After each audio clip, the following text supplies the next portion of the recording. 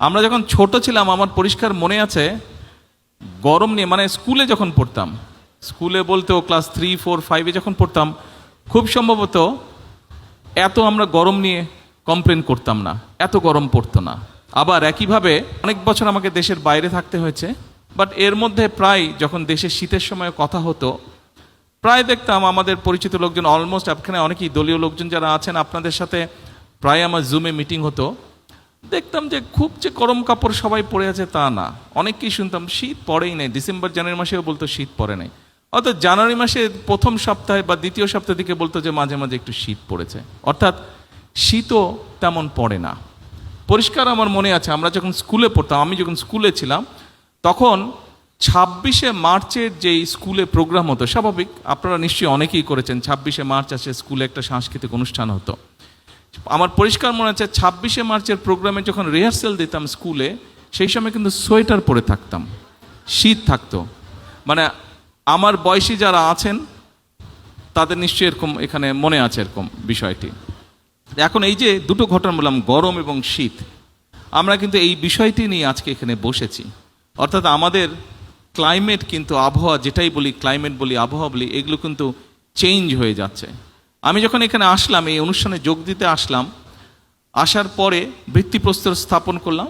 ভিত্তিপ্রস্তর স্থাপনের পরে আরও দুটো কাজ করেছি। একটি হচ্ছে গাছের, একটি তাল গাছের চারা রোপণ করেছি, এবং একই সাথে একটি পুকুরে মাছ ছেড়েছি, পুকুরটা আপনারাও দেখেছেন।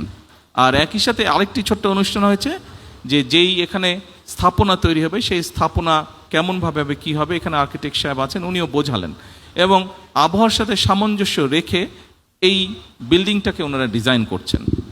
এখন এই যেই জায়গাটা করছি, আপনারা এই যেই জায়গাটা আজকে আমরা দাঁড়িয়ে আছি, আমি আসার সময় দেখলাম একটা জায়গায় বালির উপরে একটা ডিঙি নৌকার মতন বেশ বড় একটা নৌকা পড়ে আছে, নিশ্চয়ই আপনারাও দেখেছেন, একটা টার্নিংয়ের ওখানে।